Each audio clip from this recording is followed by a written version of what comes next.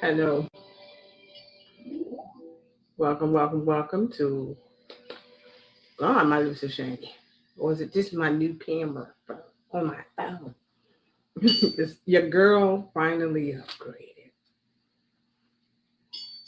Your girl finally upgraded. I'm glad because the quality. Can we just talk about this quality right now? Because damn, because damn. So yeah, I upgraded my phone because I use my phone as a I doubled my phone as a webcam. So I needed a phone that had a slamming ass camera on it, and baby, this one did not fail me. This is the Galaxy 23 Ultra.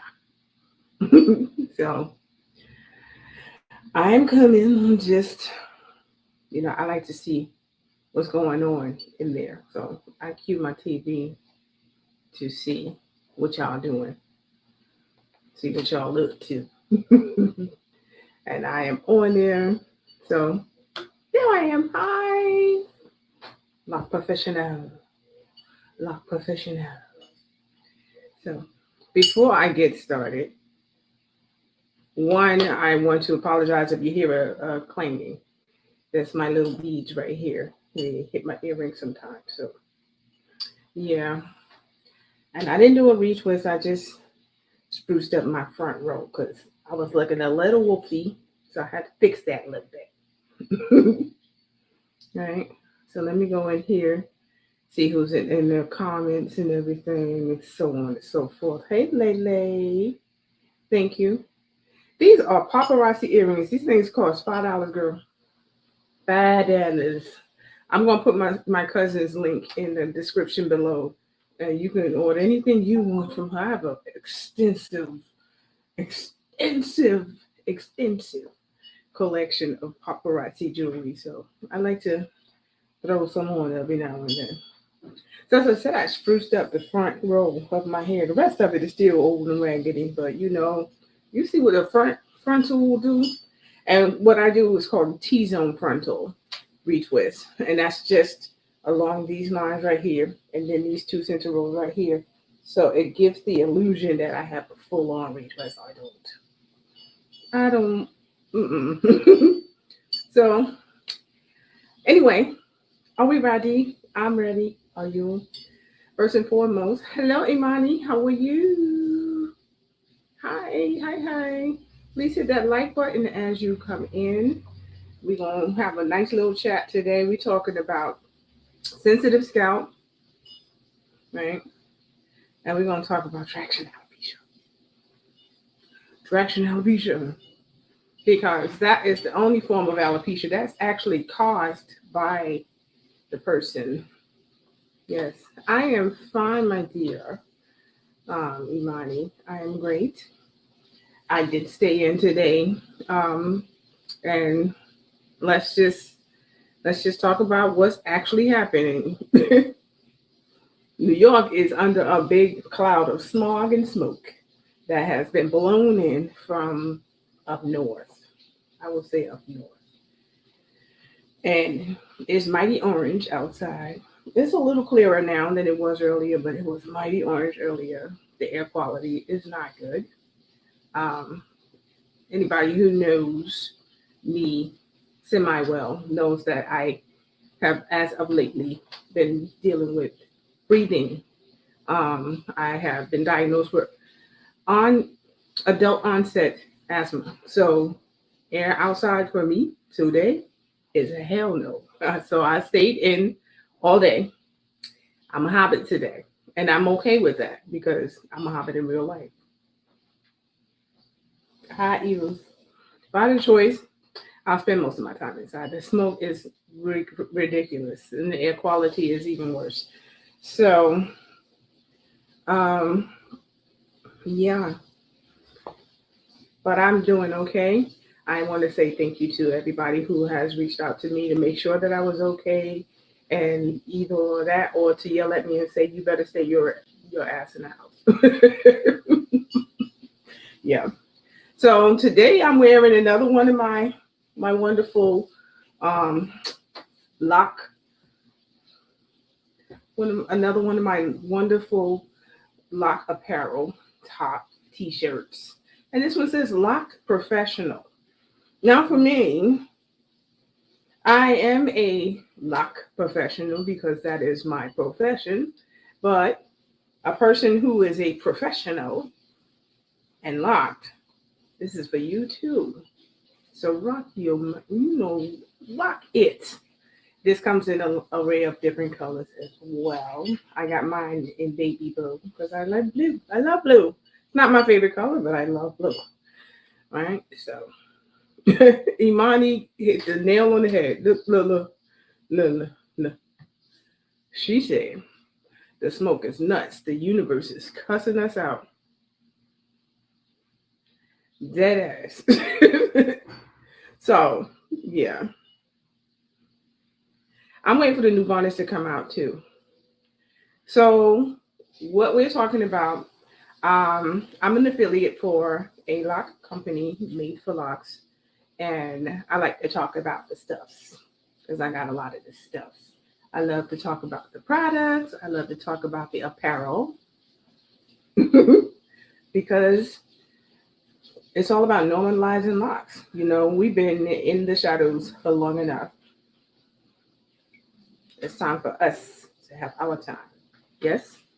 So yeah, you'll see me wearing my lock apparel a lot these coming weeks. Summertime, my go-to is t-shirts, leggings, shorts, sundresses, like long maxi sundresses. That's my wardrobe in summertime.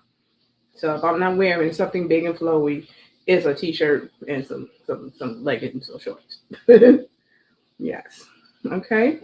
So with that being said, because I wanted to talk about the shirt now because when I put the banners and stuff up, you're going to see um you're going to see some stuff go away. Like right now, that banner was up and you couldn't see the shirt, right? So I wanted to make sure I touch on that. So welcome to Locs Talk. Live. Welcome. Hit that like button as you come in. We are going to talk about traction alopecia and scalp sensitivity or tender-headedness, quote unquote, tender-headed. Right? My name is Pammy. I'm affectionately known as Pammy by my lock family and my loose natural family. My name is Pamela. So I'm a loctician and an organic loose natural hair care provider. And yeah, so this is what we're going to talk about tonight. Loctician. I start, maintain, care for, support my people with locks. Organic loose natural hair care. Basically, I take care of your natural hair in the state that it's in. Example, if you have your natural hair and you contact me and say, hi, I was wondering if I can get a blowout and silk press. That is not on my service because high heat changes the texture of your hair. So my practice does not include using high heat, chemicals, or anything that's going to change or alter your natural hair texture. So I also do not bleach hair. That is why organic natural hair care. And as an organic natural hair care specialist, the health of your hair is my top and number one priority. So, yeah. And I'm also a lockologist. Now, what is a lockologist? Anything with the word ologist following it is just basically the study of. So I continuously study locks from way past, as far back in the past as possible. And I follow as things evolve because it is an ever evolving community, the lock community. So we can't stay stuck or stagnant. As in our own lives, when we are growing, we have to keep moving forward, right? Growth does not include being stagnant and stuck, right? One track minded. We can't do that, right?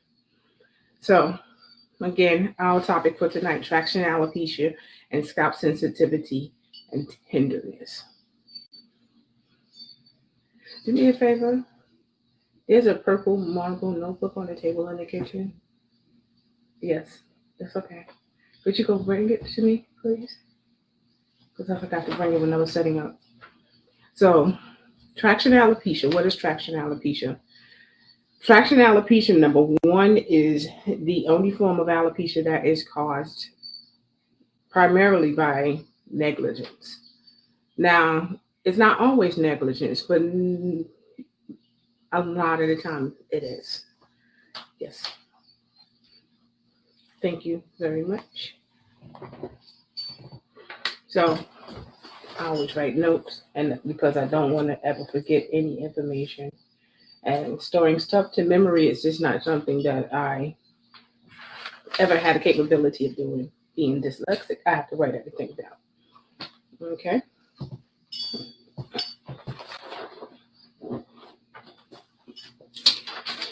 Okay. What is traction alopecia? It's a type of hair loss caused by tension and pulling. Right now, here's the thing. With traction alopecia, when is it because it's a type of hair loss that's caused by tension and pulling? That don't mean you have to be pulling the crap out of your hair in order for it to happen. Like right now, I have these two twists in my hair, right? You see? Now, right now, I don't feel it. But if I keep these in for too long and have it tied back for too long, I start to feel the effects of the pulling. My scalp will start to feel a little tender, so to speak.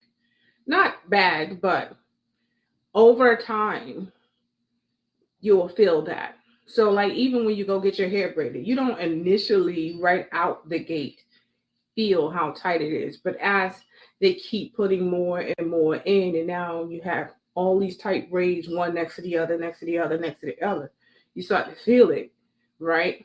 And then you say, "Oh, that's getting pretty tight there."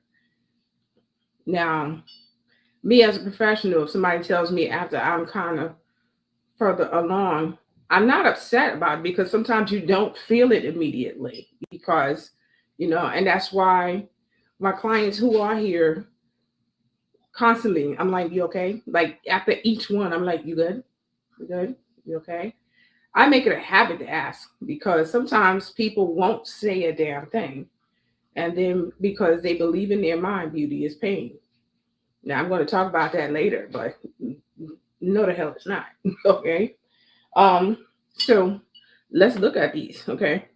What causes traction alopecia? Okay, so I have it in here because I don't, again, fumble. Okay, traction alopecia is caused by wearing repeated tension pulling hairstyles such as slick back ponytails, right? Braids, over twisting of your locks, okay? And also, not only just over twisting of your locks, if you over indulge with using hair products on your locks and the weight of your locks causing tension and pulling is also a factor that can cause traction alopecia and or hair loss, right? Um, Tight headbands. Sometimes we put on these tight headbands, especially if they're made of like cotton or something like that, and it's pulling and tugging the hair as you pull it back. Sometimes people they just go overboard with how tight they put headbands in their hair, right? Um, Head wraps, same thing.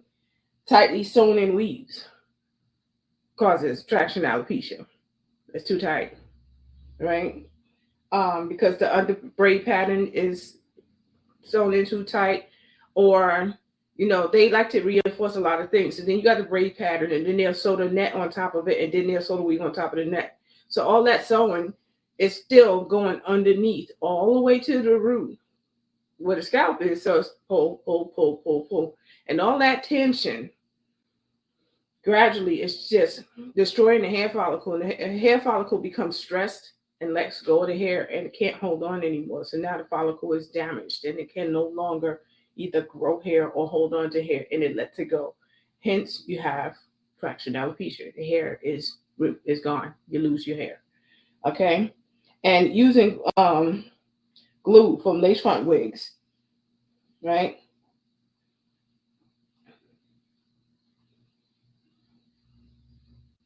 So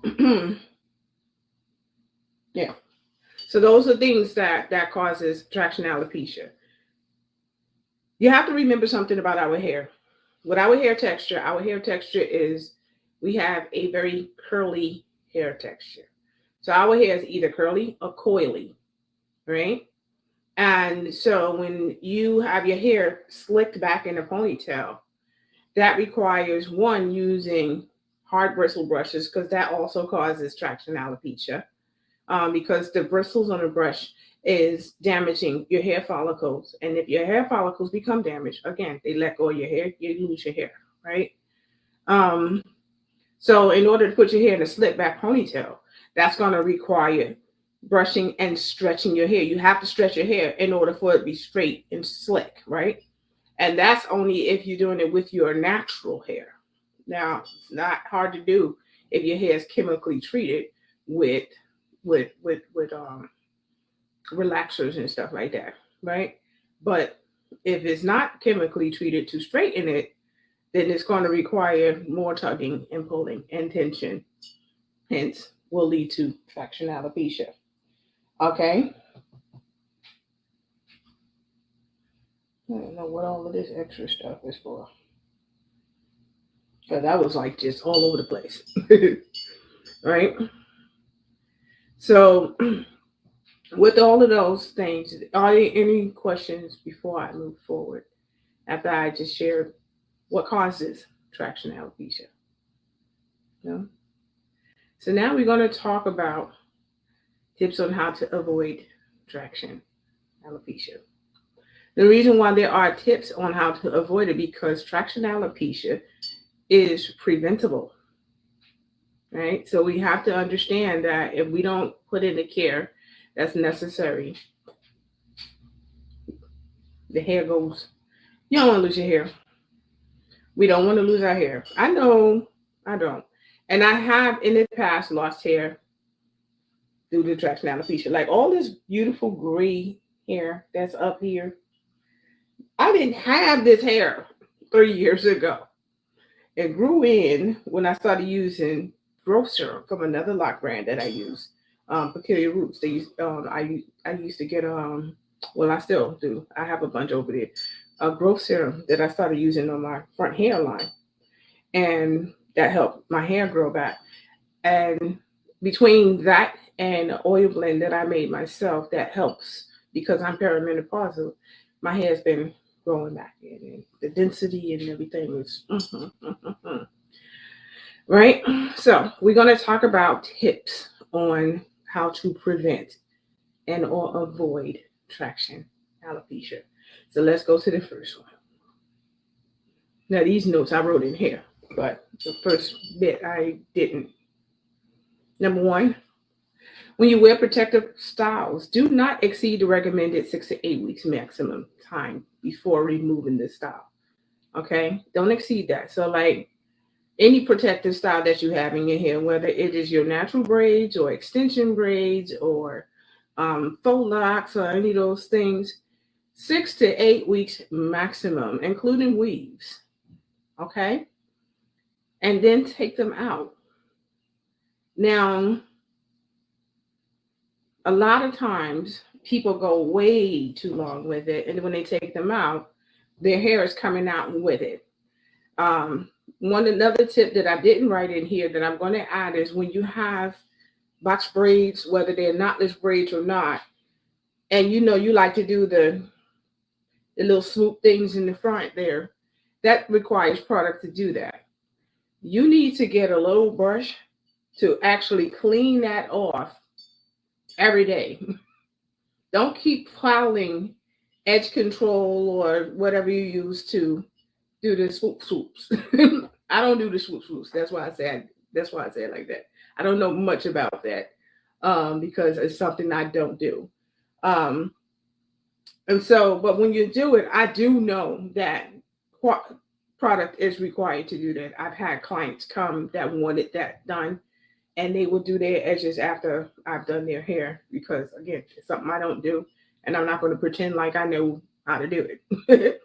um, but wash that off because when it piles up, that product gets stuck and burrows down into your hair follicle and clogs it up. And that can also damage it and cause the hair to be released and pulled out. So that's why a lot of times when you're taking your front braids out and you see hair coming out, it's because of the products. It's fine to, make sure that your hair is still looking good and you want to keep it slicked down and looking fresh. But if you keep piling product on top of that, that is going to also factor in damaging. And oftentimes people go longer than the 8 weeks maximum when they have box braids in their hair. And unfortunately, the effects of between dirt and product that gets built up in there, because dirt also can contribute to traction alopecia because it get all stuck inside of them, your hair your hair follicles. Okay, so moving forward, if there's no questions, just put your questions in the comment chat box. I will see them when they pop up here.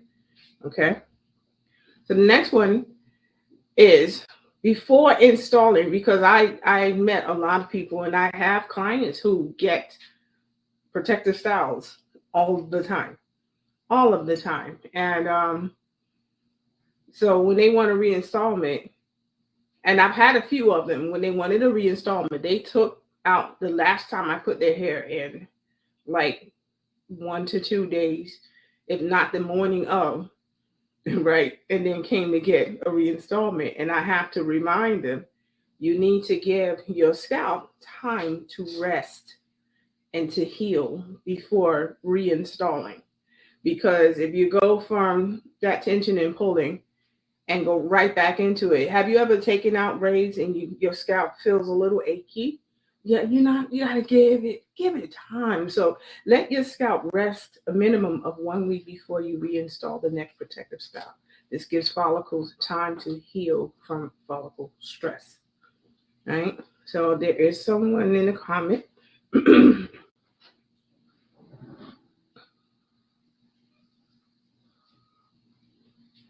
Yes. So Imani said, interesting. Thanks for that information. I guess I will wash into my front hairline every few days. See, now I do that. Like, I don't have to wash my hair all the time, but like if I'm using something to lay down my front, because I do use product to lay it down, but I just don't do the swoop swoop.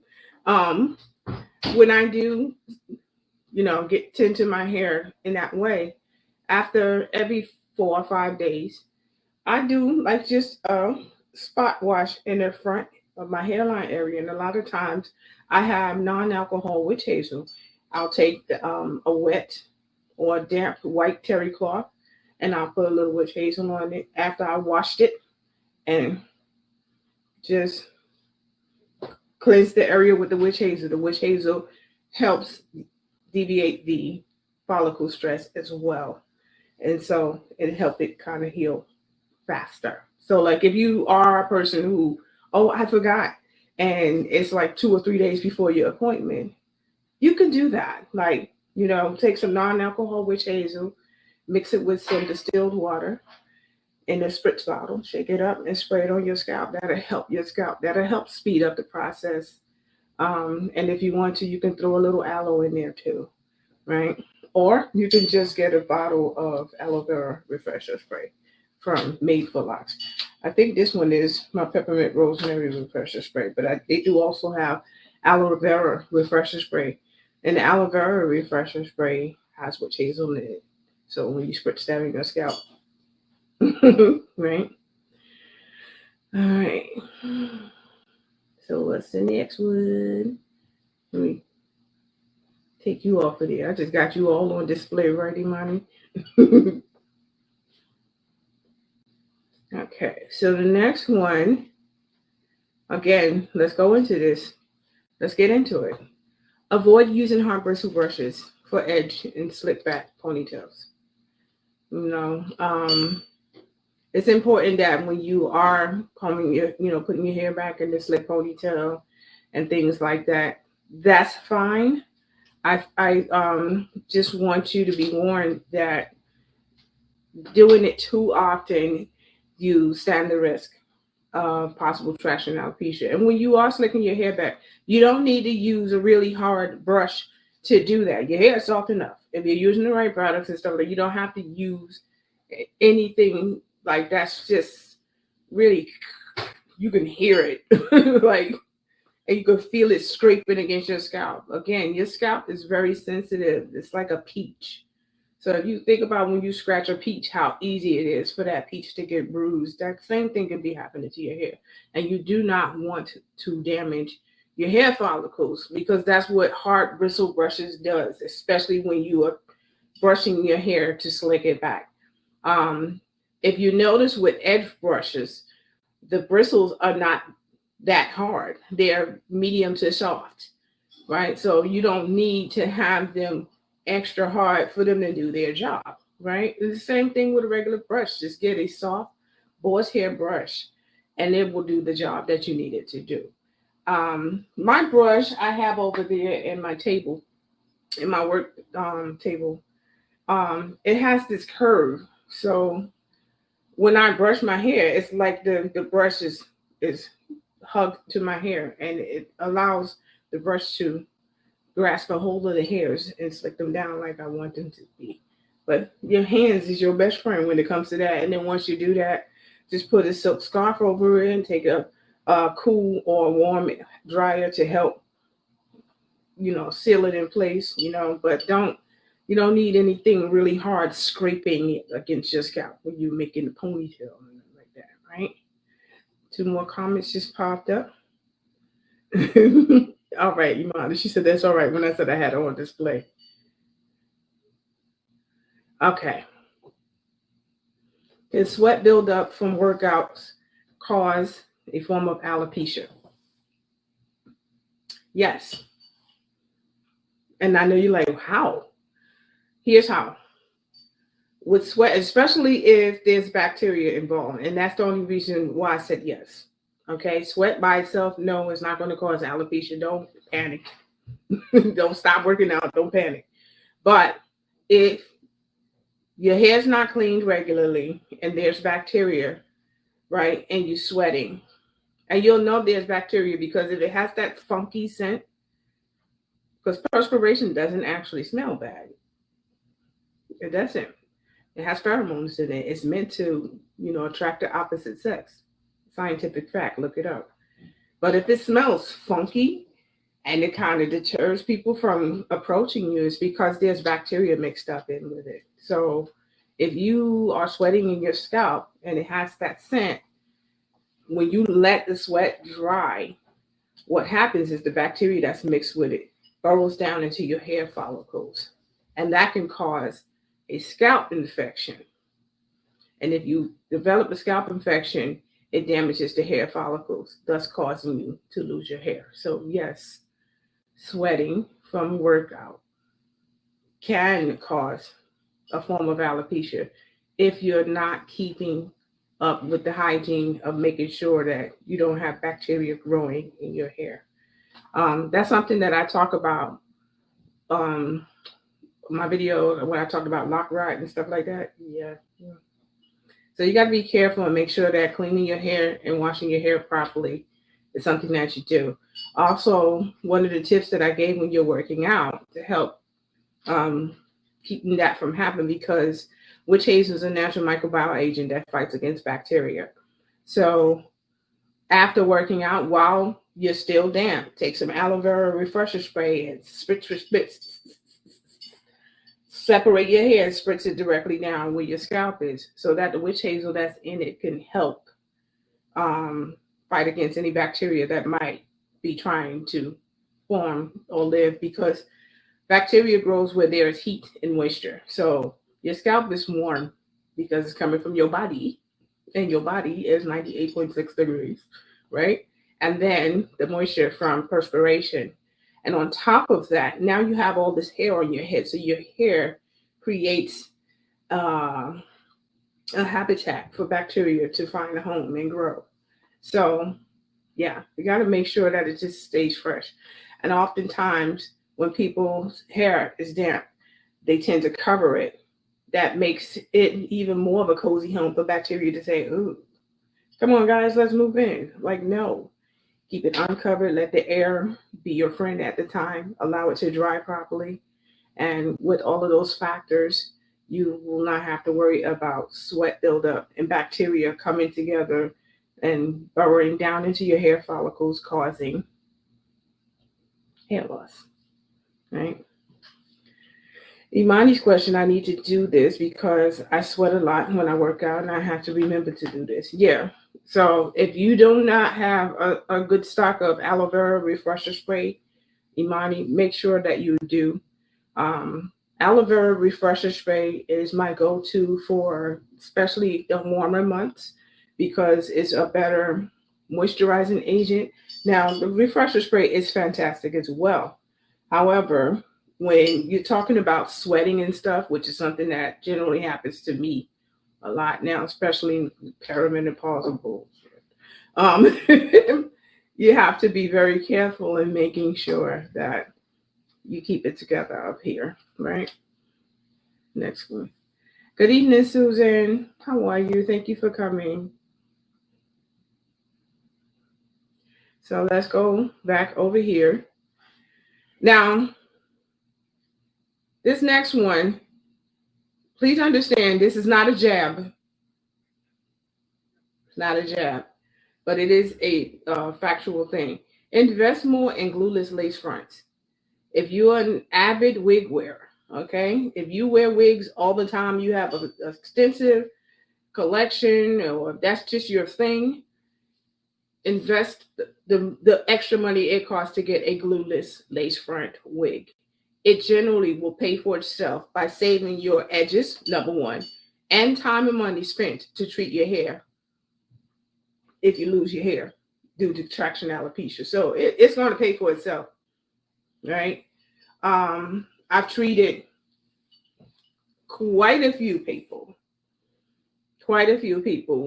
that had suffered from hair loss because they wore lace front wigs. And a lot of times they wasn't, again, negligence. A lot of times they was not properly cleaning the glue off of here, or they was putting the glue way back here. Now, I did some research on how to properly install a wig with glue and stuff like that.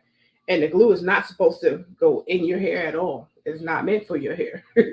It's supposed to go a little further right in front of your hairline. So the lace front, the hair on the wig starts where your hair is, but the lace part is just before your hair. And a lot of times people that, especially if they're doing it themselves, they end up putting the glue in their hair. So, and then they don't get the proper stuff that they need to remove it. So they wind up just snatching it and pulling their hair out right along with it. And another thing is like a few of them, they get into tussles a lot. So, women like to pull each other's hair. When you pulling somebody's lace front and it's glued down. So if you love to wear your wigs, and I've seen some really beautiful, beautiful, beautiful installations, and no, these people do not have jacked up, janky looking hair under there. They have beautiful, healthy hair underneath, but they want to protect their beautiful, healthy hair. You can have all this wig, but what you ain't finna have is what's up here on top of my head. But if you're gonna wear them, especially if you install them yourself and you don't get them professionally installed, invest in the glueless one. It comes with the little headband, so it can't be yanked off your head. The wind won't blow it down the street, stuff like that. It's not that huge of a difference in price, and again, it will pay for itself when it's keeping you from having to get hair treatments and stuff and go on visits to try to heal your hair follicles so you can grow your hair back. So, yeah. Comment. I need to get this aloe vera refresher. I have rose water and apple. Yes, the aloe vera refresher spray is available at Made for Locs. I do have the link in my descriptions beneath this live session, and it will remain there. Just click on it, okay, and you can place your order. Um, yeah, and I'll text you a code that you can use for a discount, okay? So let's close it. Let's go over here. Same thing when you get braids. A lot of times people like to wait till the last minute to go get their hair when they're getting braids done. And that winds up becoming a disaster too, because they just grab whatever's available. So when you are getting braiding hair, like when you want to get box braids, knotless braids, whatever kind of braids you're going to have in your hair, make sure what you're looking for is not just the color match, but make sure the weight is not heavy, because you don't want synthetic hair that's so heavy that it's weighing your hair down. Right. And most people that get knotless braids, they get them with synthetic hair. I don't know. I've never met a person who got knotless braids with human hair. And I personally am not a fan of connecting human hair with your own hair. It's because of the energy that is still attached to that other hair. So, yeah, we just never know. If you ever saw Good Hair, the documentary that Chris Rock did, you would see in some of those things, some of the hair was taken violently from people. So we don't need that energy in our head, right? Especially you don't know where it came from, so be careful. Another comment here. Welcome, Lele. This is a thank you from her. All right. Let's go back here. So use lighter hair. There's a lot of brands that sell lighter weight, and it's advertised as it being lighter weighted hair. So be very careful with the selection of hair that you choose when you are getting extensions in your hair. Okay. Knotless braids tend to take the less tension to achieve as well. So when you are getting your hair braided, invest a little bit more and get knotless braids, because it's less tension and pulling from knotless braids than any other that I've seen. Yes, glasses lowered. Yes. You know what? You know when we do that. Look, that's that no judgment look. No. But you judging like hell. But yeah. Okay. Now, to avoid traction in the alopecia, if you have locks, lock retwist should be spread out to every 4 to 6 weeks for starter, and 8 weeks or more as they mature. Now, I have a good amount of clients now, many of which are now in the mature stages of their lock journey. Or approaching the mature stages of their lock journey. And they embrace the frizziness and all of the other good stuff, as do I. It's been about 3 months now since I did my last retwist. And like I said, I cleaned up my front line just to look presentable on here, because, we can't always be frizzy. And my gray hair don't know how to act, so I have to tame her a little bit and lay her down. Sit your ass down. Sit down. So today we had a little kerfuffle, so I made her sit her ass down. So yeah, she's sitting down. But spread them out, right? I've had new clients that will contact me 2 weeks after I just did a retwist. Oh, it unraveled. Can we do it? No.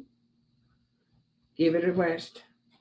And this is why I give instructions on making sure to cover your hair at night. A lot of times the person hadn't been covering their hair. They've been sleeping without a cap on. or a bonnet. My son looking at me as I think I'm talking to him. I'm not talking to him. Um, uh, but make sure you cover your hair at night and keep your locks anchored down. This is why I always recommend doing protective lock styles. That helps keep your twist in a little bit longer so that you can make it to your next retwist without it unraveling. And one of the terms that was used by another client was, "Oh, I don't want to have a rat's nest on my head." And I'm like, "Oh my God, not a rat's nest." But yeah, the consciousness of the messy, frizzy hair is not always something that's embraced by everybody. So we have to be careful, right? Um, but yeah, so every 4 to 6 weeks for starter locks. And as your hair matures, and you're okay with the frizz and stuff, embracing the frizz, then you can go further. Like myself, I don't care about the frizz. Never have. But as my locks got up in the elder, I can go longer periods but I still touch up my hair. Now, I'm not saying go all that time and don't do nothing. I do touch ups with my hair, to make sure they're not bonding together and stuff like that. Yes, Olea. She lives the frizz. I see her every 3 months because she loves her frizz. She does. She has beautiful hair. Her locks are gorgeous. Y'all see her in my video shorts. I be showing her off. I be showing all of y'all off. So yeah. Yes, girl. Yes. Let's go here. Okay, this is another one. We talked about this a little while back. Avoid overindulgence of product use. Overindulgence of product use results in buildup and causes excess weight and stress on the follicles, thus potentially causing traction alopecia. So, again, products are great. They are. However, overusing them can cause a catastrophe. So, you don't need to overindulge. Calm down. Oh, I just got a text from my son. He said he's home. Thank God. He had a bad day. He works outside. So pray for him, please. Thank you. So make sure that when you're use it properly. Every product. It has directions on the bottle. It tells you how to use the product. So this is aloe vera gel, for example. This is awful. Wait, yeah. This is also by Made for Locks, right? Aloe vera gel. And I'm going to talk about this when we talk about scalp sensitivity. But there's instructions on how to use everything. Even with the pomade, when I do lock retwists, I've shown y'all before, you don't need a whole bunch of it. That's why it's in a little teeny tiny 4-ounce jar. That jar can last a long time. Right? We have another comment here. Layla says, thank you, everybody. Now, this way. Speak up if your hair is too tight. Speak up. Don't just assume beauty is pain and assume all will be okay in a day or two. In a day or two, it might be too late for you. If it's tight, open your mouth. If I'm doing your hair and something is too tight, or if I ask you if it's too tight, for the sake of supporting me, don't lie and tell me that it's not or that is okay. Because you have in your mind, I'm going to just go home and take something for the pain. It'll go away in a couple of days. Because I don't practice in torturing people or causing harm to you. So if something is too tight, you need to let me know. Talk. Be your own advocate. Speak up.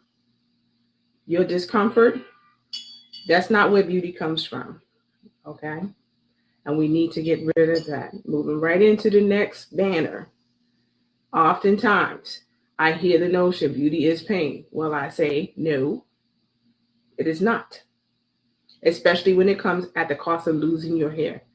Be your advocate and speak up. Talk. And you ain't got to be a jackass about it. You don't need to be cussing people out and being ready to throw hands and none of that. Oh, excuse me, but it is too tight. You don't need to do all of that. Let me stop. We don't need to do all of that. But you do need to speak up. Okay? If you're uncomfortable, speak up. Okay? I did it all the time. Like I always say that I know I would be a terrible client because I know too much. So I will always have something to speak about, especially if it's, something that can cause a problem with my hair. So if there's no more questions about traction alopecia, we're going to move into the next one now. This is one, it's a lot of layers when it comes to scalp sensitivity or tender scalp, aka being tender headed. Okay.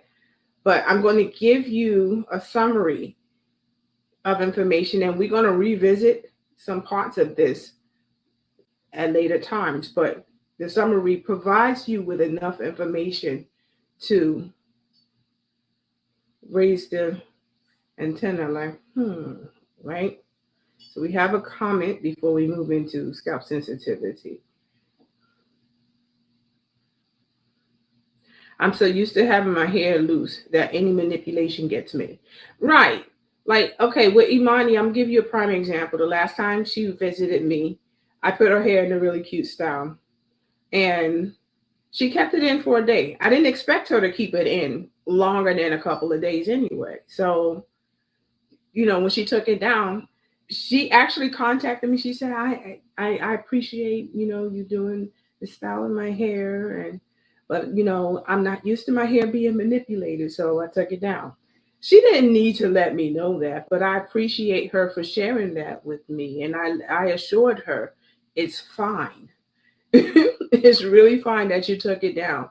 There's been times where I've had events that I went to that it took me 2-3 hours to put a style in my hair. And I kid you not, the moment I got home from that event, I started unraveling and taking my shit down.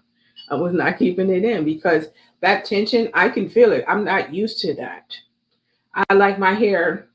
All of my clients are very natural when it comes to their locks. They don't, putting our hair in these fancy styles, these beautiful styles. Don't get me wrong, they gorgeous, and I do know how to do them. Okay, but we are embracing the full naturalness of our journey. So, yeah, but it was a gorgeous style.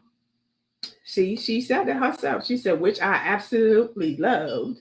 It was so pretty. If you go to my video shorts, you'll see her there with her pretty self. I see her in her picture with her beautiful flower on her hair. Can scarves, hair wraps, and hats cause alopecia? Not alopecia, but traction alopecia, yes. Alopecia is an umbrella word. So you have to be specific to what type of alopecia we're talking about. Scarves, head wraps, and hats can absolutely cause traction alopecia. Like if it's scarves and head wraps that are not silk and satin where it can just slide off and not snag your hair, right? If it's like a cotton one that can snag and pull at your hair, yes, that can cause traction alopecia, right? Hats. That's why I tell people look for these hats, and especially in the wintertime when you're getting knitted beanie hats and stuff like that. Try to invest in the ones that have the satin sewn inside of it because the cotton and stuff from the hats and stuff, it can pull and tug at your hair. And that pulling and tugging absolutely can lead to traction alopecia.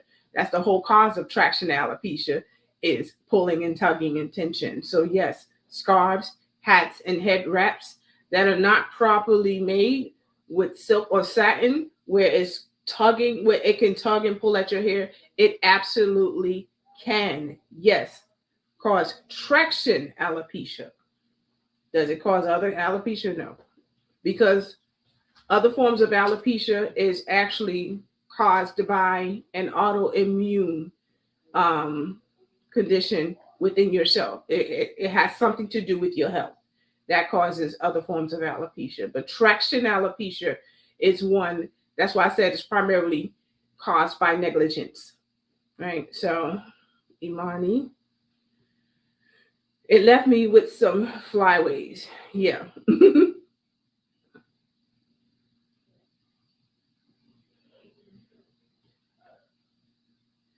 All right, so let's move further in and talk about scalp sensitivity, tender scalp, aka being tender headed. I like to use the quotes because sometimes it's a much deeper issue than a lot of people even know with being tender headed. If you are new to Locs Talk Live, hit that like button as you come in. Feel free to ask any questions in the comments and I'll answer them to the best of my ability, okay? Yeah, I gotta drink my coffee because I'm running out of time. So let's talk about some common symptoms of scalp sensitivity. Common symptoms are burning, stinging, dry irritation, scalp, vague discomfort, and pain. All right. So those are primarily, but it can go deeper than that, especially with the pain, because it depends on what's causing the pain. Okay. So let's continue on. Studies have shown that some triggering factors are identified as pollution. So even what's going on outside, that can contribute to tenderness in your scalp. So cover your head if you're going outside in that crap. Okay. Heat, which is why I don't use high heat on here because that also alters your scalp. It can lead to scalp sensitivity. Emotive factors. Emotive factors is in relation to emotional trauma and on triggers. So sometimes, like when you look at children, for example, I'm gonna use children for example, and they got their hair combed for the first time, and it was a traumatizing experience. Now, the fact that even if you mention that you're gonna comb their hair, they remember the trauma of the last time, so they get themselves ready to be traumatized again when they get their hair combed. It's kind of the same way how we develop the fear of needles. Like I fear needles, but at the same time, I know they're not as painful and uncomfortable. But that triggered memory of it hurting the first time that I had it and I cried and whatever. Anytime I think about needles, I'll be like, ooh, I get squeamish. Like, and then, you've ever like overreacted before you got a blood test when you was a kid and then they do it and it don't hurt at all. But sometimes it just comes from bad and poor experience of the person or the phlebotomist that's doing the test. So emotional and trauma triggers, and poorly formulated or expired hair products. A lot of times people do not understand the ingredients in the products that we use are very, very important. Read your labels. You must read your labels. If you don't read your labels, you want to put something in your hair and you have allergens to the products in it or the products in it are harmful to you and your skin sensitivity, it is definitely going to cause problems with the sensitivity of your scalp. Your scalp is still skin. Okay. And expired products, the same thing. It creates this irritant to your scalp. So I made a whole post about that, talking about when you have check the expiration dates. Everything has an expiration date on the bottom. See this product right here, for example, you see that it has the manufactured date and it has the expiration date just below that. So that's my expiration date. I make sure I use this before that date. Some people that say is a pillow of time behind it. It probably is, but I go by the date that's on the product. Like same thing with milk and stuff. Once it says it's expired, it's gone. Whatever's left, I'm not drinking no more of it. That's just me. I'm a germaphobe, so I'm not giving no opportunities for stuff to grow and live in here. I'm not hosting bacteria. Okay. We have a comment.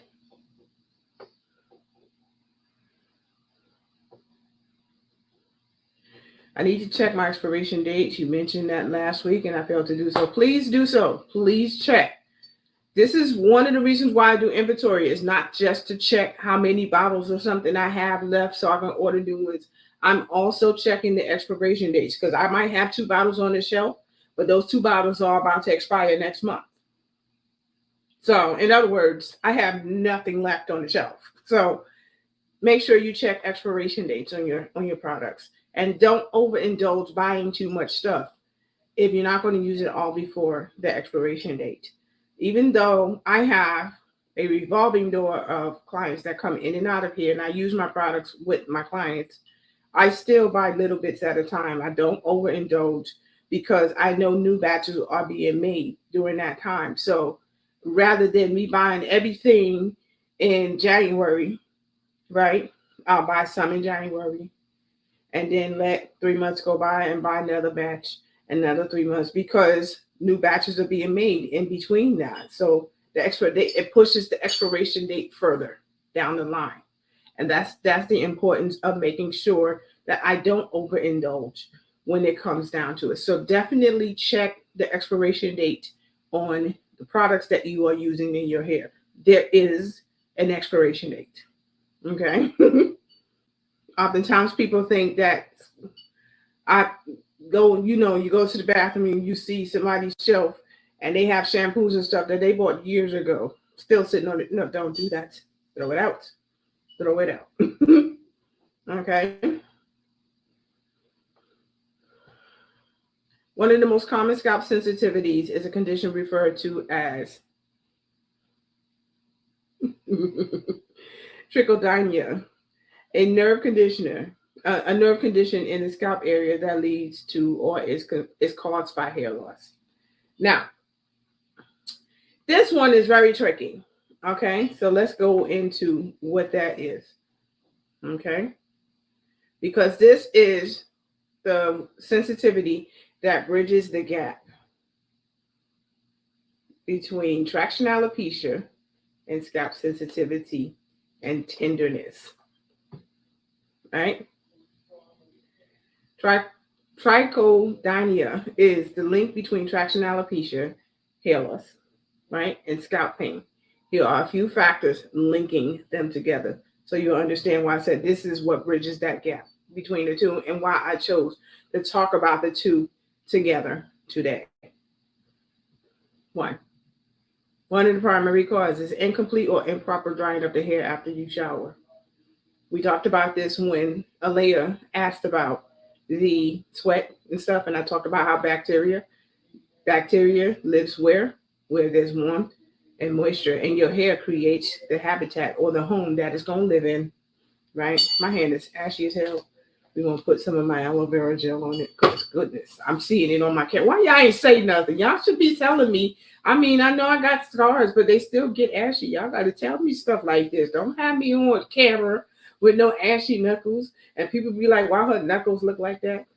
Number one, the scars that's on this right hand came from me punching people in the face all the time because I'm a violent person. Not just playing. I used to be a letter carrier or mailman, mail lady. And oftentimes people have these little skinny mailboxes and never cleaned out their mailboxes. So you're trying to put stuff in there and they got all these subscription magazines. And I used to bang my knuckles on those boxes a lot. And, I have keloid skin. So this is how those scars would heal. It sucks. It stinks. So yeah, make sure when you are washing your hair or in the shower and you didn't wash your hair, but the mist and the steam got to your hair, make sure you dry your hair properly. Because improper drying, if you haven't washed it and you see that damn video, because Imani is still having nightmares over the lock rock video. And I apologize for that.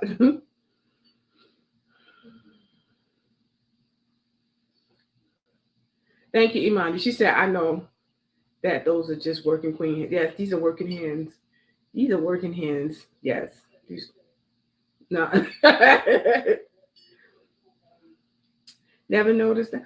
Yeah, but I do. I think that's just because my I am a little bit insecure about my hands. She said I'm not watching it ever again. I traumatized my poor girl. I'm so sorry. So the second one, tight hair binding that can damage hair follicles and lead to hair loss and trichodynia. Trichodynia. You know what I mean? That's a hard word for me to pull up. Because every time I look at it, the letters go. So that I'll be like looking at it like, come on now. Now here is one, and this is very common within our community, ladies and gentlemen, because we do have this oftentimes, and I, the sun is our friend. Yes, we need a little more protective. We need a little less protection, but get out and get some sun. The sun is what we like. Superman, we draw our energy and our source of everything from the sun. So get outside. Vitamin D deficiencies, which weaken hair follicles. Weak hair follicles cause scalp pain and sensitivity. Let's get that vitamin D up. And guess what? A healthy dose of vitamin D equates to about 20 minutes outside in the direct sunlight. You don't have to be outside all day. And no, sitting in the house next to a closed window ain't doing it. You actually have to have the direct sun on your skin in order to absorb the vitamin D. The window provides a shield and you do not get the vitamin D. Okay? My husband taught me that. Mm-hmm. So let's go to the fourth one. Bad hair products causing dryness, irritation, leading to the trichodynia. Right? Trichodynia. Now, bad hair products equals to the bad ingredients or harsh preservatives that's inside of it that can be cancerous and stuff like that, right? But also expired stuff. That's what I'm talking about, because once a product is expired, that means the preservatives that was in that product no longer is working. And now bacteria can decide, and it really depends on where you have it stored. So, like I said, sometimes there is a little extended shelf life for products that has expired. But if it has been improperly stored for the duration of the time that you had the product, soon as you get to expiration date, that gotta go. If you see little moisture bubbles that formed in the bottle because you had it in a place that's a little bit more cooler than it should have been, it gotta go.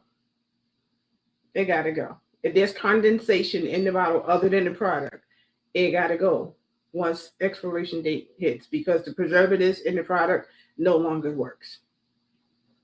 And there's already bacteria in that container ready to go to work. They just up there waiting. Ooh, wait till the shields come down, and then you don't understand. Be a whole, like, if you ever seen the movie Osmosis Jones, with Bill Murray and Chris Rock, he played the white blood cell in his body and stuff like that, and he had to fight against this virus that was trying to kill him and all of that stuff. Yeah. It'd be like a whole world of stuff that's going on in these products. That's how I visualize stuff. I see the world in a different way than most people. I see stuff like that. Like everything is its own universe of things happening,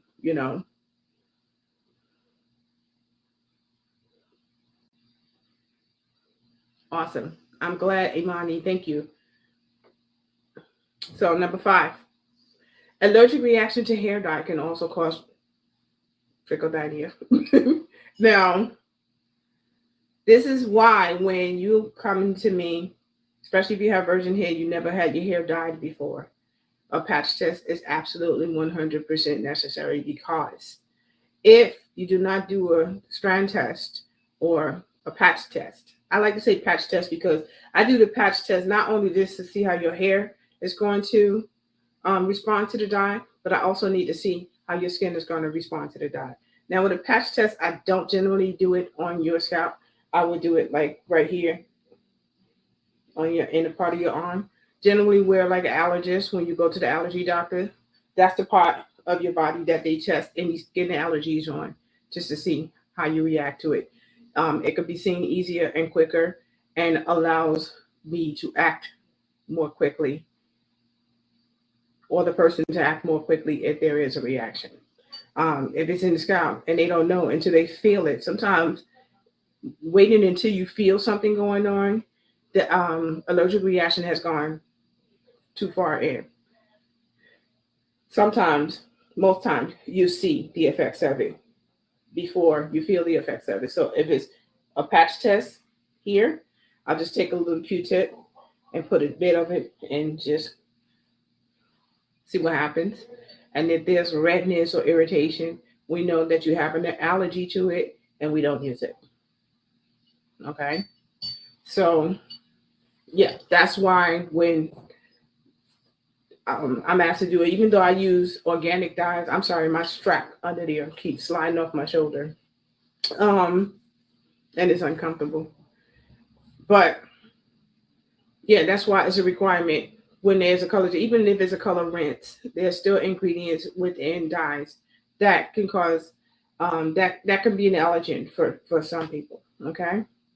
So next, stress-induced tension in the muscles of the skull and concentration working. Like if you are constantly for hours and hours and hours and not taking breaks, and you're working on your computer and you're stressed and you're doing all of this, that causes sensitivity in your scalp as well. You have to step away, rest your eyes, stretch your legs, move around, stretch, just woosah. Because the tension and everything that's coming in your body, especially when you're in a highly demanding work environment, that kind of stress, that level of stress can cause you to have sensitive scalp. And that can lead further into other issues with tension here and in your neck, and then it go down in your back, and it really will physically, it's like a snowball effect, and it will just start at your scalp and move down into everywhere else. Okay, another comment. More new information. Yep. Trust me, when I want to talk about things, I make sure I talk about the stuff that I don't hear people talking about. I see the topic, but it's the parts of the topic that's not being discussed I like to bring forth, because without knowing those things, people are blindly going through things. And again, your health is my number one priority. So I would like to talk about things like that. So now we're going to go into a part of scalp sensitivity that is affected to, psychiatrically. Okay. Scalp dysesthesia. No, dysesthesia. Sorry. Another common sensitivity is a cutaneous condition affecting the skin, characterized by pain and burning sensation without the objective physical findings. What does that mean?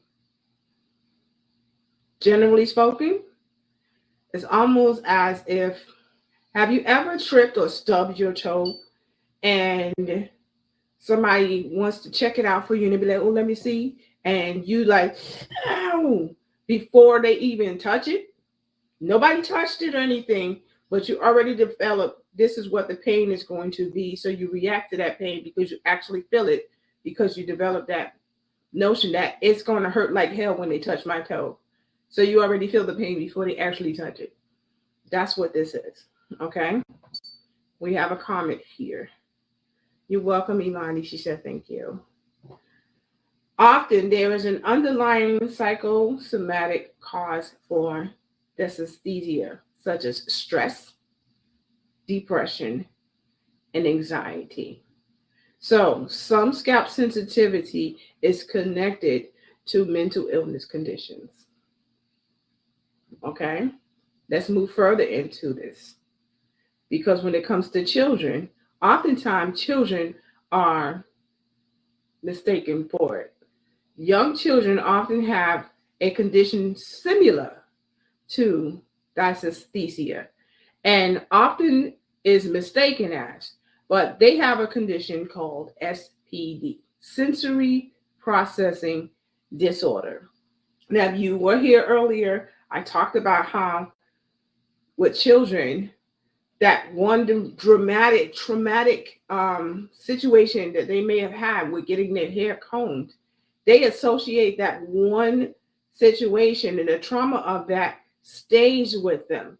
So now they don't know where this pain is coming from. And let's go into what SPD actually is, okay?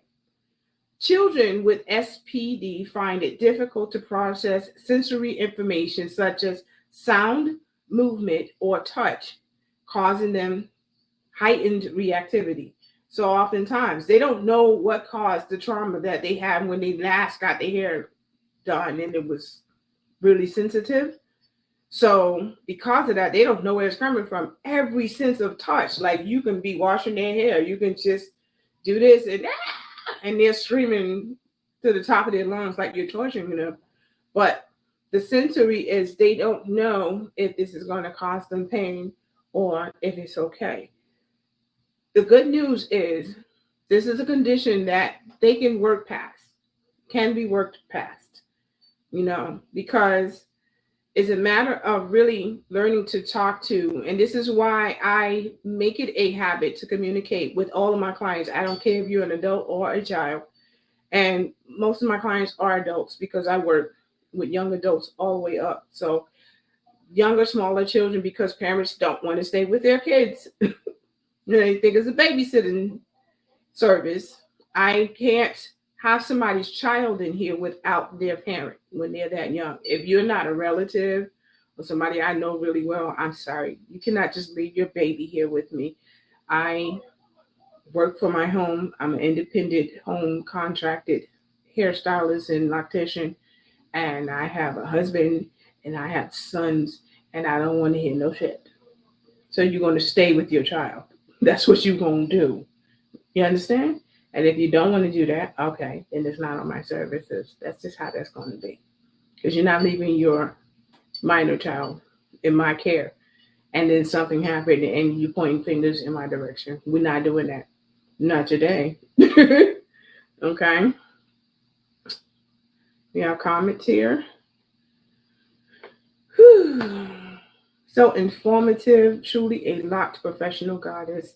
I'm truly blessed to have you carry this torch for my lock journey. Thank you so much. That means everything. Thank you so much, Lele. I appreciate that. And Imani, she's over here. She said, Ashe. Yes. Thank y'all. The love I appreciate so much because this is what I aim for, and I want you to feel that and to have the expression of it being expressed back to me means everything to me because it's telling me that what I aim to do, I'm doing my job, and that's what I want more than anything is to bring to you what needs to be brought to you. Okay? So, yeah, with SPD, generally, how I help people work through that is with communication and trust. Because SPD is really a matter of I don't trust this person. So they touch me, it might cause the same trauma that I had before, because I may not be the same person that caused them the trauma the first time, but they're associating what's happening to them as it being enough for them to react, to have a heightened reaction. So when my children were young and I was doing their hair, and even when I'm washing their hair, and Olea and Imani, y'all can attest to this, I'm constantly telling you what I'm doing as I'm navigating through everything that I'm doing. I'm using this shampoo now. I'm going to use this shampoo now. Okay, we get ready to condition. Okay, I'm getting ready to do this. I'm always saying what I'm doing, and it's a habit that I created. And the reason for that is because that open communication makes it so that my client understands that I'm not doing anything or leaving you out of the loop. It's a way of giving and taking so that you understand that you can trust what I'm doing. I'm not trying to harm you in any way. So that's why I share everything that I do when I'm working with all of my clients. So when they trust me, I've had clients washing their hair, they'll go to sleep. I've had clients sit in the chair, will sleep. I take that as a compliment. I've had them wake up and like, oh, I'm so sorry. It's okay. It just tells me that you have enough trust for me that you can go to sleep and relax and let me do my job. You understand what I'm saying? So when you have that level of trust, and I have done children's hair, don't get me wrong, I do, but I am very careful about insurance and all of those different things. So you have parents that just don't understand the importance of protecting their kids. I'm not saying that something's going to happen to their child, but I don't know the nature of what your life is like at home. You understand what I'm saying? So like something could be going on there. Well, I took her to get her hair done and she got this and that. And no, you're not fixing to drag me in your stuff. You're sitting here and you're staying with your child. That's what's happening. That's it. Period. And I've been told, oh, well, you can just go live and I can see you with her on or him on. Like, no. No, ma'am. No, sir. We're not doing that. Not today. Minors accompanied. If I don't know you, or a relative, minors must be accompanied. And if that can't be adhered to, then it's not on my service. Period. I always feel like especially when it comes to hair care in children, that is a specialty, right? So I love working with children, but not when I don't have cooperative parents. I don't trust that because children are very innocent, and no, I'm a village parent, and when it comes down to lack of communication between myself and the other parent, that don't sit well with me. It does not sit well with me. There has to be open, full communication both ways. Involvement, participation, both ways. We're not doing that. It's different if further down, like I've been doing your child hair for years, and okay, yeah. But out the gate, absolutely not. We're not doing that. So we got more comments over here. Y'all over here just talking me up. Thank y'all. Y'all will see the comments in the replay. Okay, so let's look at other causes for sensitive scalp. Other causes for sensitivity are skin conditions such as eczema, rashes, allergies, sunburn, inflammation due to infection, insect bites and or head lice, dirty hair and scalp, clogging the hair follicles can also cause scalp sensitivity. You see what I'm talking about? And these are all things that can lead to traction alopecia as well, right? Because if you constantly are scratching the shit out of your scalp and you damage your hair follicles, hair follicle stress, hair loss. Scalp infections like folliculitis. That is, if you have ever had a boil, folliculitis is like an inflamed infection of your hair follicle, and the bacteria goes in there. It's caused by a staph infection, which means it has to be treated by antibiotics, and it's very painful. So we have to be preventive when it comes down to stuff like that. Again, when I talked about the diluted ACV water spritz, ACV is a natural microbial agent. So not only are you using it to make your hair softer, that actually is going to help keep your scalp healthy. So if you want to remember what I said, the dilution formula for apple cider vinegar, organic apple cider vinegar, preferably I love the Bragg's brand of apple cider vinegar. For every 1 cup of water, and I like to use distilled water when I'm making hair spritzes. For every 1 cup of water, dilute 2 tablespoons of organic apple cider vinegar. Okay, so if you have a 16-ounce or 8-ounce spray bottle, that's how you do it. And 2 or 3 times a week, especially in the summertime, if you're sweating, that helps too. And you can always put a few drops of your favorite essential oil in it just to change the scent, so you're not worried about smelling like funky vinegar or nothing like that, which is not really going to happen because of the dilution.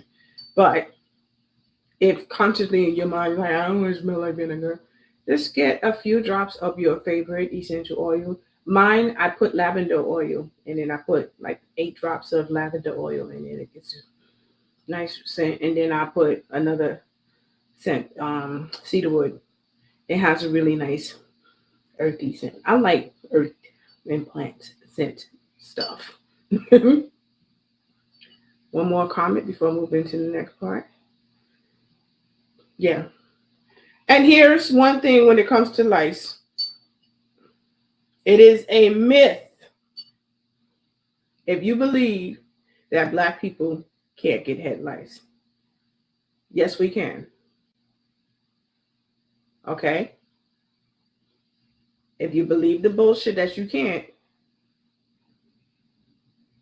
F around and find out. Black people can get head lice too. Okay?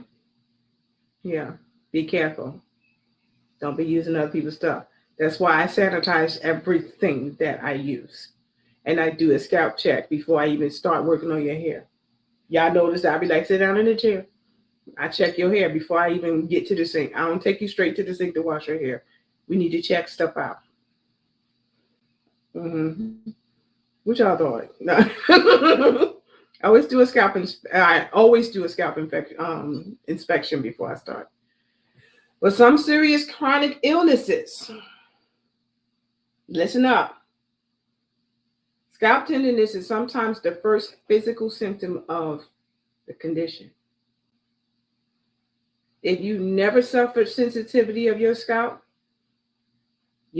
may be telling you something. Okay?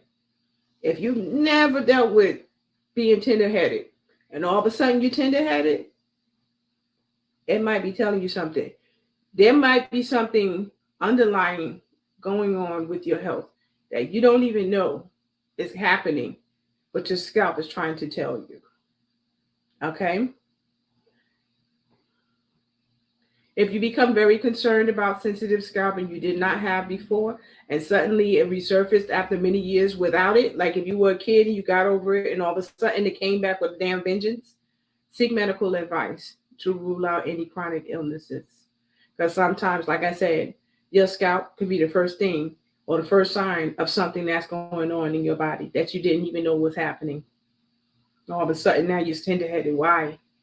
What the hell's going on? Pay attention to your body. Listen to your body. Okay? You'd be surprised and amazed at what your scalp will tell you about yourself. Okay? So, I'm going to give you a list of some chronic illnesses. Chronic. Listen to the word, chronic. Some can be fatal, but chronic illnesses that can be surfacing in your system that you don't know about until you start feeling sensitivity in your scalp. And that's one of the first telltale signs that something might be going on, not must be, but might be going on with your health. Okay? Cancer. Some forms of cancer can be in your body and growing in your body, and you don't even realize it until all of a sudden you start having sensitivity to your nerves in your scalp. And the first place you feel it is in your scalp, right? And then when you start doing chemo treatments with cancer, your scalp becomes even more sensitive, right? This is what causes the hair loss. Follicle stress. Follicle stress is painful, right? So like, for example, with traction alopecia, you ever go get your hair braided and you see them little white bumps or the little small bumps, the little pimples that you start seeing around the edges? That is the first signs of traction alopecia. Your hair follicles are becoming inflamed and they are reacting. And that's what those damn bumps are. That's not, oh, let's put some gel on this and some oil on it and it'll go away. Just may not. Be very careful. If you see that, it's telling you, please stop pulling me. Because putting something on it while you're still, that's like me punching you and giving you an ice bag to hold on, but I'm still punching and beating the crap out of you. No, we got to stop. Because you're not going to heal if I keep beating at you, right? Another chronic illness that your scalp might be telling you you might be suffering from. Lupus.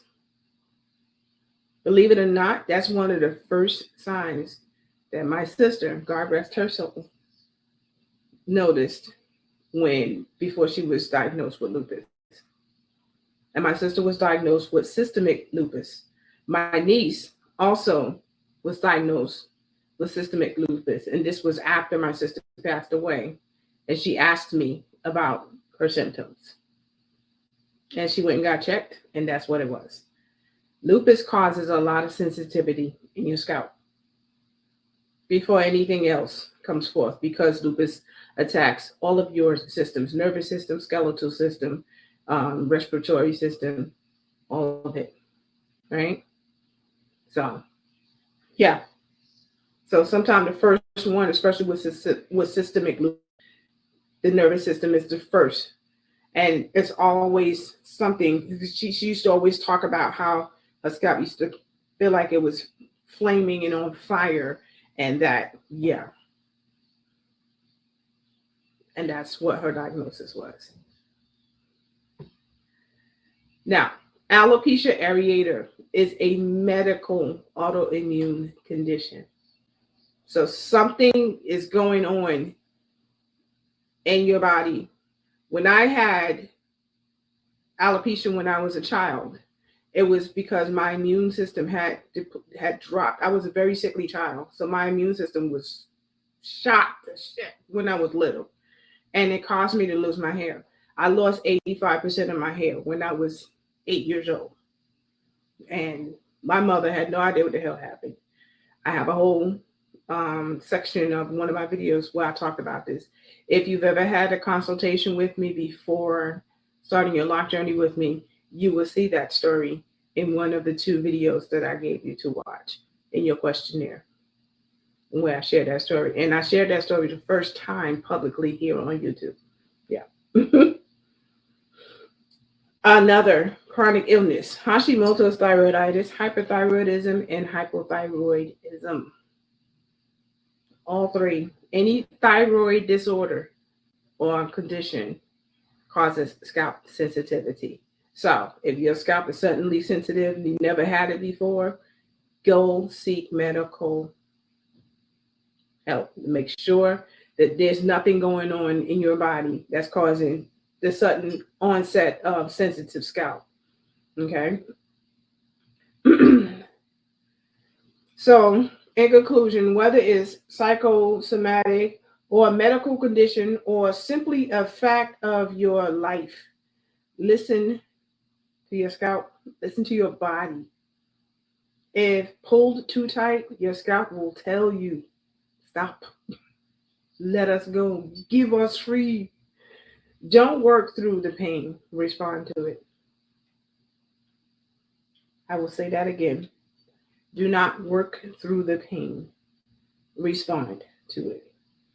Not by covering it with taking painkillers, but respond to it by stopping what's causing the pain. Listen to yourself. Listen to your body. Our scalp and our hair tells us a whole lot more about our health than you may think. So listen to it. Okay? We're on a Q&A session of this live. Yes.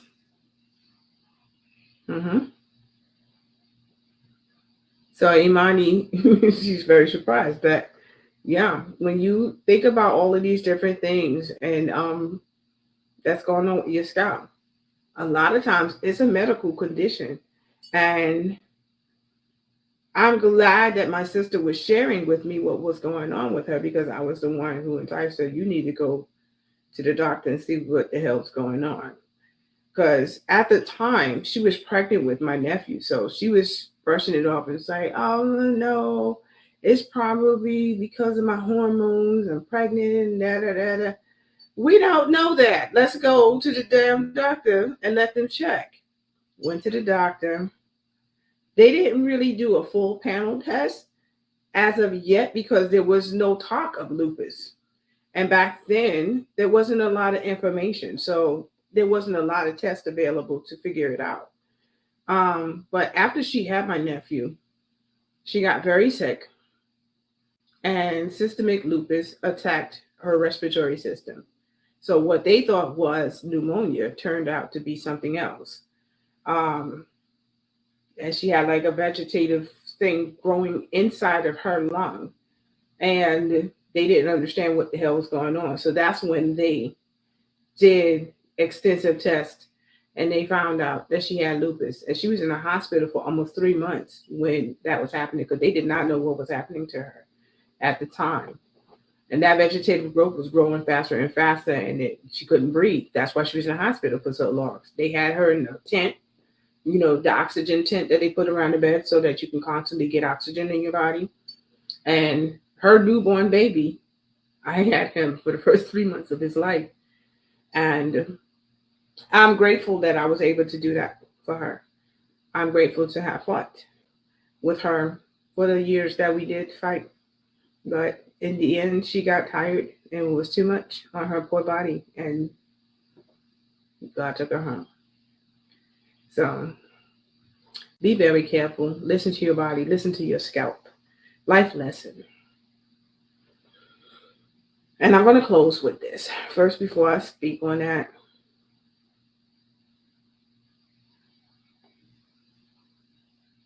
so Imani said, I had no idea that stress was clearly visible on my scalp until you told me.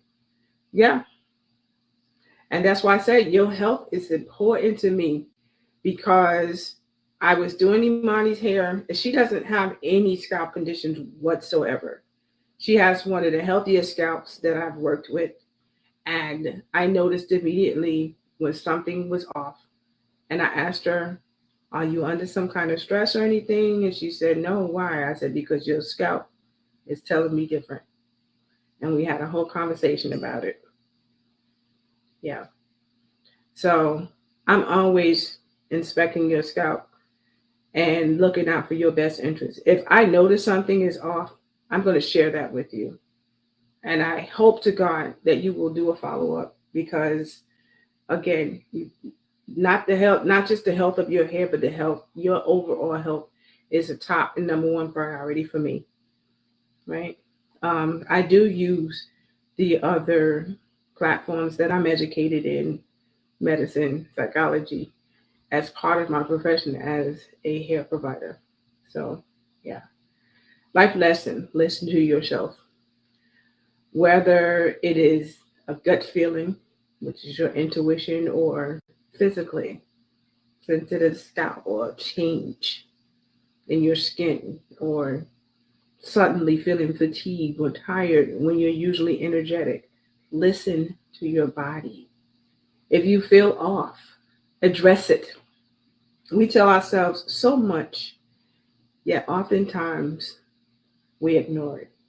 Our bodies tell us everything. If you're tired suddenly, it's telling you something. If you suddenly gain a bunch of weight and you're not stuffing your face, your body's telling you something. If you suddenly lose a lot of weight and you're not trying, your body is telling you something. Listen to your body. Listen to what it's telling you. Your hair speaks to you. Your scalp speaks to you. Your teeth speaks to you. Like my teeth are, one of the things I had to pay for when I had my children is I suffered from a serious calcium deficiency that nearly destroyed my teeth. My bones are very sensitive and fragile. It's almost like I have osteoporosis. And I've had to have calcium deposits after all of my children were born. But if I had to do it all over again, I would, because I love them. And it's a blessing that they chose me to be their mother. Yes, they chose me. I'm spiritual, remember? So, going back to the comments.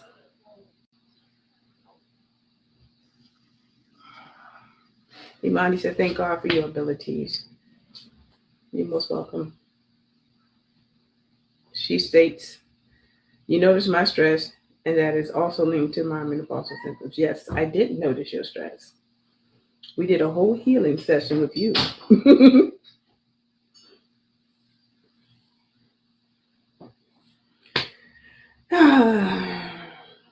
We're all waiting Imani, we are all waiting. We want it to be over. I'm trying to wait. It's been years. I'm saying we are all waiting to be over. We want it to be over already. This is not fair. If I had a choice between this and going through puberty again, I'd choose puberty because puberty in reverse is not fun at all. Side eye rolls eyes. So if y'all listen, Miss Imani, she's my goals. I want to be her when I grow up. This woman, 62 years old. She look my age. If that. So yeah. But thank you for joining me for Locs Talk Live. I will be touching more on different chronic illnesses that can be sensed with your scalp. I'm doing more research on that, studying my hair books and my medical books so that I can intertwine the two together because I don't want to miscommunicate that. So, but generally, with this being the full summary of the information that I did put together for y'all for my notes, listen to your bodies, listen to your scalp, listen to your fingernails, because like even on your fingernails, with like certain lines and ridges will tell you if you have certain vitamin deficiencies. It'll tell you if you have certain what's the word? I don't want to use the word poison, but yeah, in your body that is causing your health to fail. You will see like ridges and lines either horizontally or vertically on your fingernails. Your skin on your palm is probably one of the thickest skins on your body. So if there's a sensitivity to it and it's drying and peeling off, that's another health sign that you want to see a doctor about. So it's different things, but listen to your body. If something is not right, even up here, if you usually have a clear mind, all of a sudden you're starting to forget everything or, important things or your short-term memory, go see your doctor. Make sure everything is good. Okay? Don't ignore stuff.